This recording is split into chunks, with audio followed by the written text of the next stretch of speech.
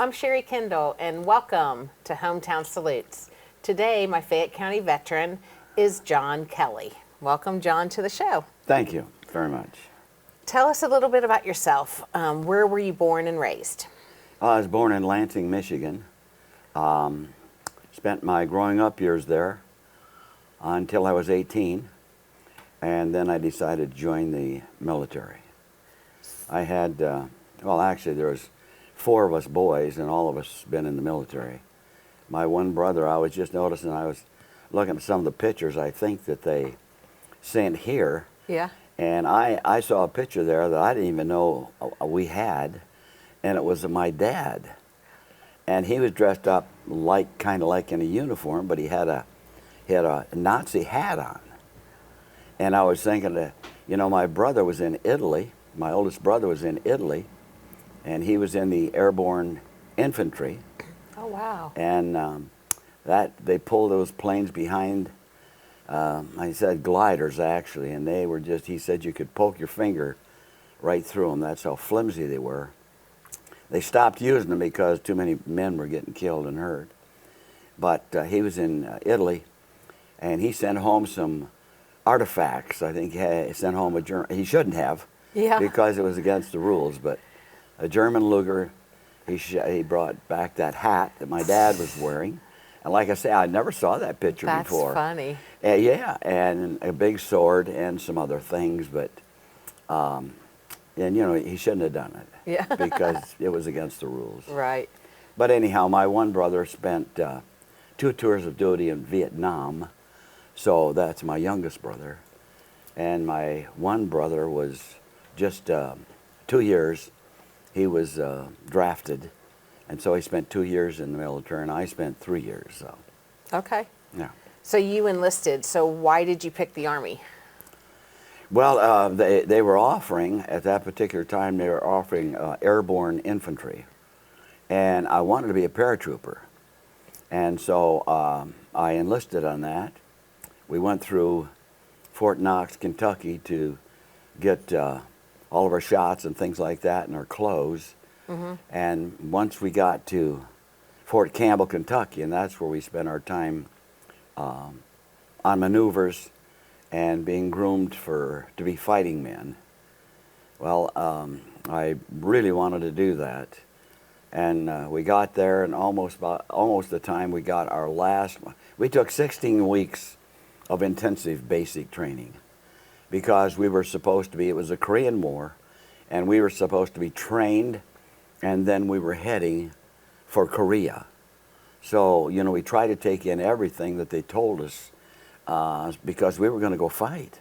So 16 weeks longer than what it normally was? Well, see, 8 weeks.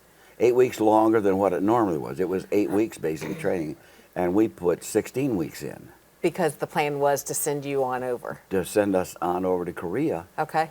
And then at the last week, actually, of our training, they stopped the war. Remember, it never got won. They stopped the war, and they started sending men back.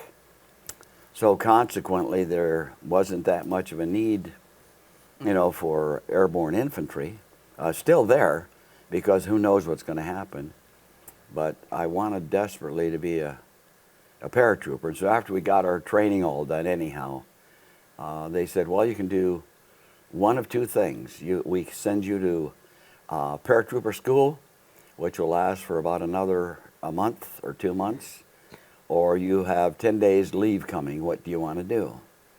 Well, I guess I'm a pansy, but I hadn't been away from home. And so I decided, okay, I'm going to take the leave.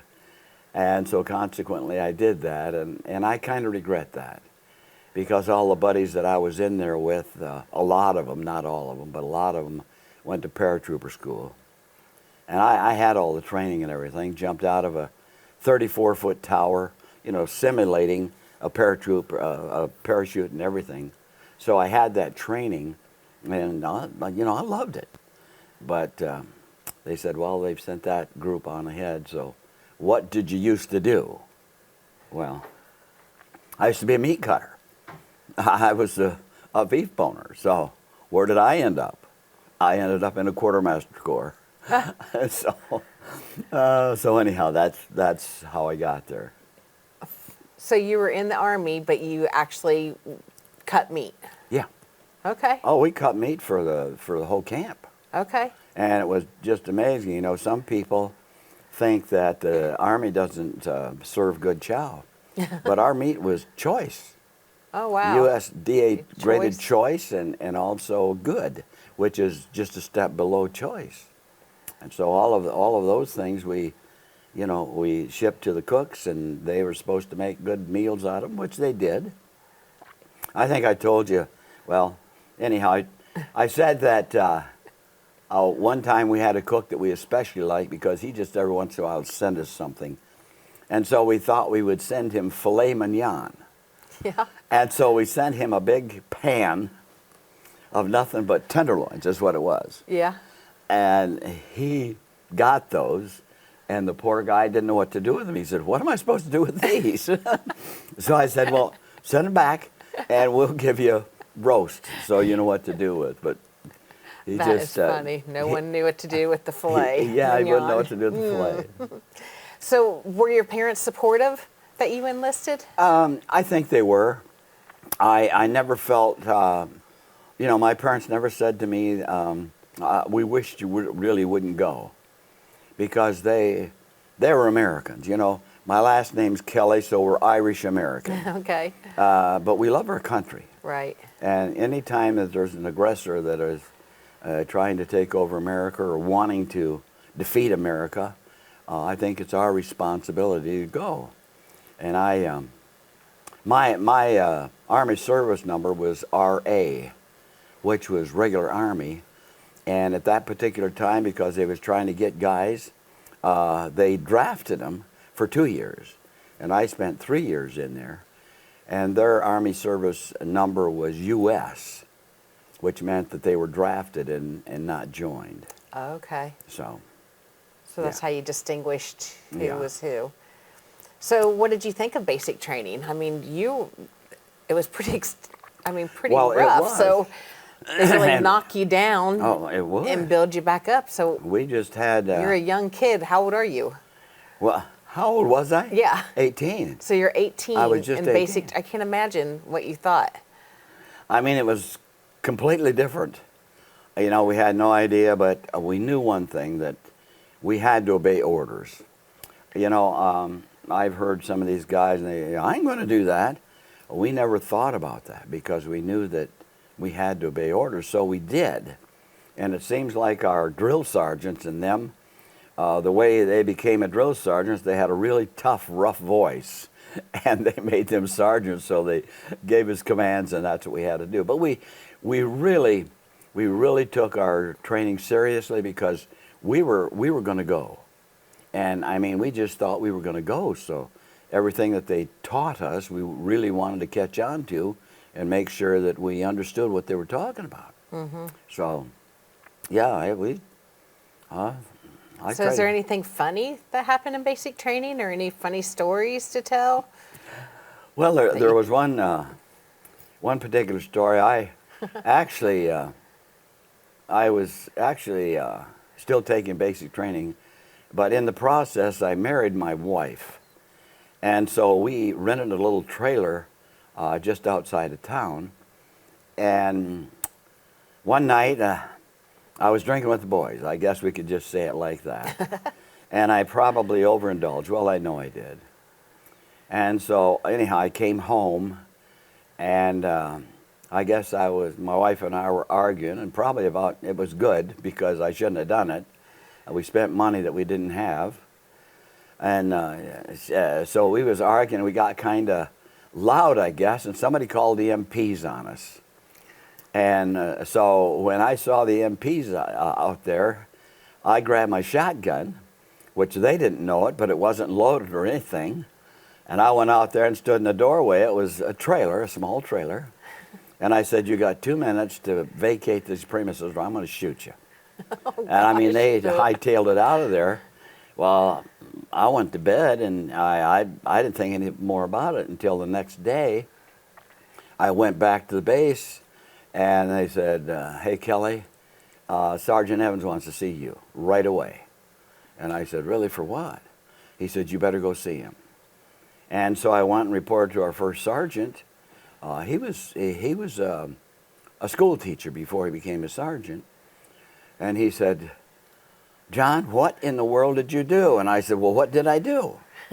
And he said, you pulled a shotgun on these MPs out there. I said, I did not. He said, yes, you did. And you know, you could be court-martial, a general court-martial. Well, you know what that meant? That meant you would be put in the stockade.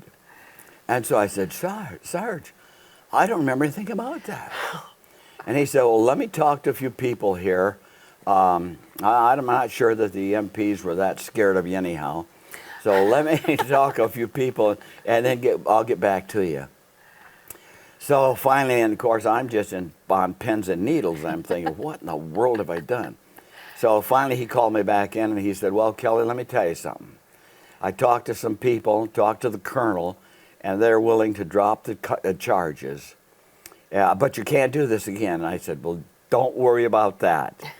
And so anyhow, found out where I was in the quartermaster corps and the guys that I was buddies with and everything, and they started calling me Shotgun Kelley. Shotgun Kelley. And you know, that came back home with me. And my kids every once in a while will say, Dad, oh, Shotgun Kelley, come here, I want to talk to you. But that was not funny at the time. Let me tell you, I was scared out of my wits. That's funny. I thought, what did I do? I must have been crazy. So you got married then while you were in basic yes, training? we got married. I told my wife, and we had been going together here. Okay. You know, I'm still a young guy. Yeah. But I really like this woman. And so I said, if you can get down here, I got a leave coming. If you can get down here, we'll get married on the way back. And so she said, well, okay. And so she came down there. She found a way down there. And my leave started. And so we started out. We were going to come back home. And we stopped at Jeffersonville, Indiana on our way home. And we found a minister there that would marry us. And so we went in there, and it was a husband and wife, and she was going to be the witness. And we went in there, and the kid, he had to hop along Cassie on the back there, and the preacher was being louder and louder to give us the vows and so forth. So we finally said, I do. And I don't know if we paid him. I guess we must have paid him something, probably $5. We didn't have much money. And so anyhow, on the way back, we spent our first night with my mother's sister. Oh, funny. North Vernon, Indiana. Not cool. That was not cool. So did you live on base while you were married then? No, we lived off base. Okay. Hopkinsville, Kentucky, and Clarksville, Kentucky. Tennessee, Clarksville, Tennessee, Hopkinsville, Kentucky, split the base. Okay. And so we went to Clarksville, Tennessee, and we found a little spot, an upstairs apartment that her and I rented. Okay. And so we lived off base. I went every day to work, and she kept the house and all that. So yeah, we lived in the service. My son, in fact, my first son was born while we were in the service. That's what I was going to ask. Yeah, and he was called an Army brat. Yep. Because that's what they were when they were born there. And so anyhow, I was getting my wife all signed in and everything, and the doctor came back and said, well, you got a nice little boy. I said, really? I hadn't had her signed in yet. And I said, that's great. And so anyhow, when she finally came home and we got the bill for that, it cost me $7.25. Oh my gosh. For her food, that's all. That's hysterical. But he was an Army brat. Okay. Yeah. So you had a total of how many kids? 7? 7 children, yeah. Okay. So were any more during your service? Nope. No. After service? No, I was after service. Yeah, Ken was the only one. Okay. So then you were in your own quarters because you were married. Mm-hmm. So how was the food? I mean, I guess the meat was good because The you the cut meat it. was yeah, the meat was excellent. And you know the problem with military is they'll ask you, well, what did you do in civilian life? Well, I'm a truck driver. Well, they'll put you in the kitchen because you hardly ever went. And I'm surprised that they put me in the meat plant. But anyhow, the cooks did the very best they could as far as I'm concerned. And I didn't have any fault with them at all. I knew what the meat was going to be. Yeah. And, you know, they've had a lot of guys to feed, let me tell you. Yeah. So every meal. But I didn't find any fault with it. I know there were some people that was kind of picky, but I wasn't one of them. Okay. So when you came back and you couldn't get into the jump school and you became a meat cutter, I mean, did you even know that was a job that you could do in the service? Yeah, I did that before I went to the military. I know, but did you know that was a job you could do in the military? No, I didn't. Yeah. I had no idea that I could do that. I had no idea that the military had a big 'Cause I meat didn't cutting either, place yeah. like that. So did they train you there too to cut, or you already had known? No, I already knew how to do that. Okay. In fact, you know, I only went to one school while I was in the military, and they sent me to meat plant management school Yeah. in Virginia. I mean, the trip there was beautiful. Oh man, the mountains and everything, and so I spent about a month and a half there, going through meat cut management school, and there was two of us that were at the top of our class. Yeah. And so, you know, I knew all that there was about that, except for the management part. But they gave the other guy the top of the class, and so I was second anyhow. I about came back then and did my stint in the meat plant. So how many were there? How many meat cutters were that did that kind of a job? Oh, mercy, there was probably, for the base like that, I would say there were probably 20. Really? Yeah, 25. And you know, every guy had a different job. When we had pork chops, I mean, it wasn't just a few pork chops. And we get a stack of pork loins like this, and then we had to cut them on the saw and everything, and put them in baskets and send them to the different cooks. Yeah. So yeah, there was a lot of people that was meat cutters. Wow. So your downtime, what would you do during your downtime? Well, it's a sad situation, but my father drank a little bit, but nothing. I mean, he always went to work and all of that. Mm-hmm. And so I picked up probably the idea of drinking a little bit. And so instead of spending my time doing something that would help somebody, I would take my extra money and go to the town and drink with my buddies, which was not good. I would never do that. Wouldn't ask anybody to do it. And one night we went, we had a couple of guys, we went to town, and I said, well, I had $5, I think. And I said, well, this is hardly enough to even get started on. What are we going to do? And so one guy said, well, I'll tell you what, let's get a tattoo. So a tattoo, I said, yeah. So okay. So I got a tattoo on my arm here. Yeah. That's over 60 some years old. And I mean, the blue is still there. But boy, it hurt like fire. And they always told me, they said, now you got to remember that you are military property. If you do something to yourself, you can get court-martialed.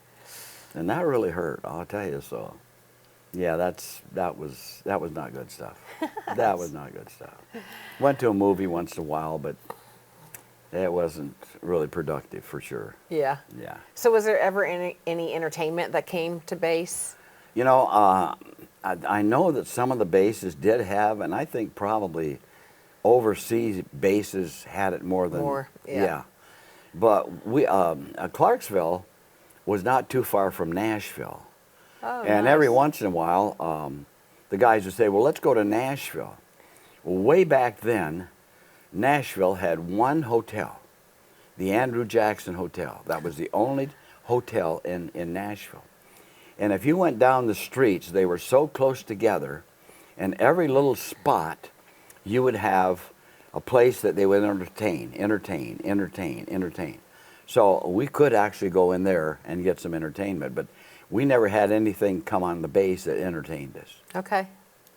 So are you glad that you joined the service? Oh, absolutely.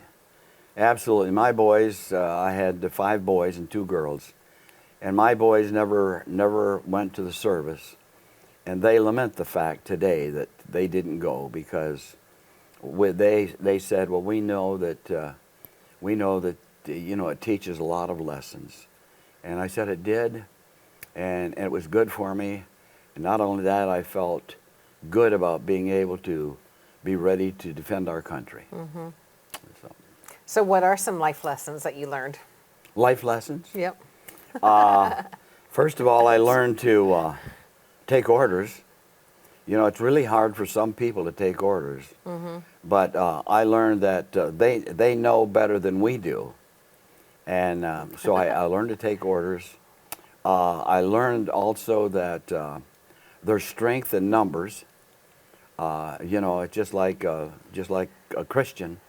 If you go to a church, there's strength in numbers, and so that's basically another one that I learned.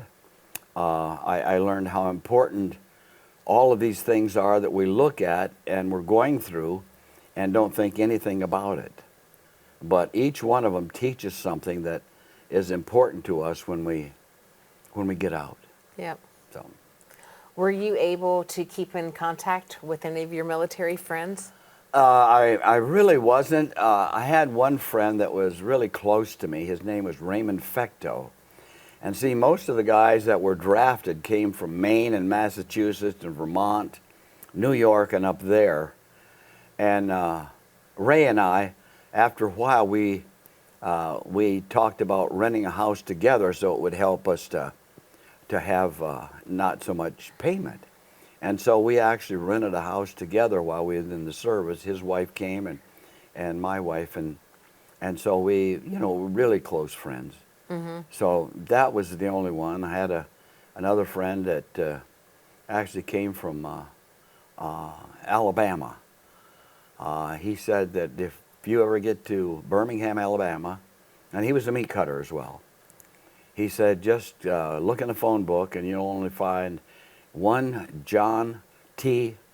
Tracy. He said there's only one, and he said that would be me. So we did. We were able to get together with him. His wife passed away. She had cancer even when they were living on the base, and she passed away. And her name was Daisy, and he married this other nice woman, and so I called. She told me where he was, and I actually went to. He was working in the meat department. Yeah. And I went to the store that he worked at and surprised him. Oh, funny. And so we were able to share a meal together. But I wasn't really, all the guys that was way up north. Right. And so I wasn't really able to keep in touch with them. Yeah. So tell me, when you got out of the service, you went back to Michigan?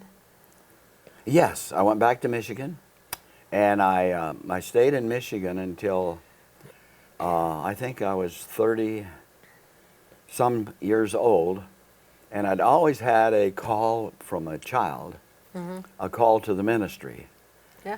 And finally, I had this chance to go minister, and so I said, I'm going to do it.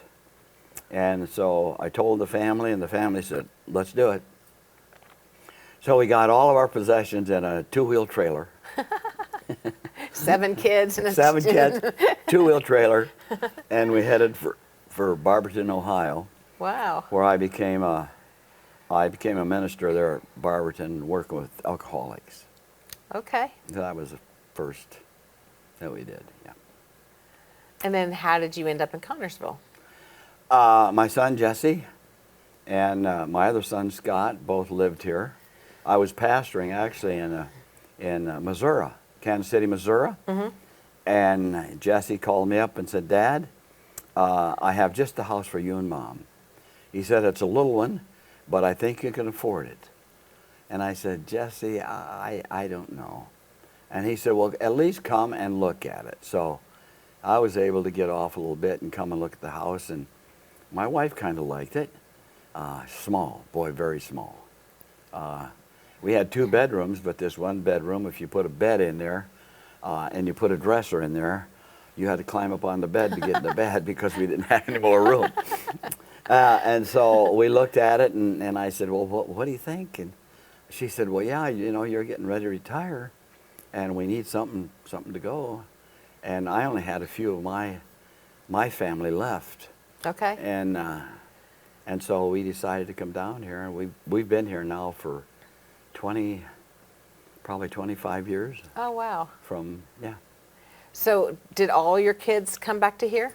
No. Just the 2, Scott Yeah, and just, Jesse? Scott and Jesse. Where'd the other ones go to? Well, I have 3 children in Kansas City. Well, Kansas City, Kansas. Okay. And then I have one in Ava, Missouri. I have another in Ohio. And then Jesse in Florida. Yeah, Jesse's in Florida now. So they're just scattered all over the place. Yeah. So what do you do in your spare time now? You're retired. Yeah, well, I just I played 9 holes of golf with Micah, my grandson, just the other day. And he just moved back recently, right? Yeah, he just been back recently, Nice. but he's planning on being here. He's our associate pastor where I go to church. Okay.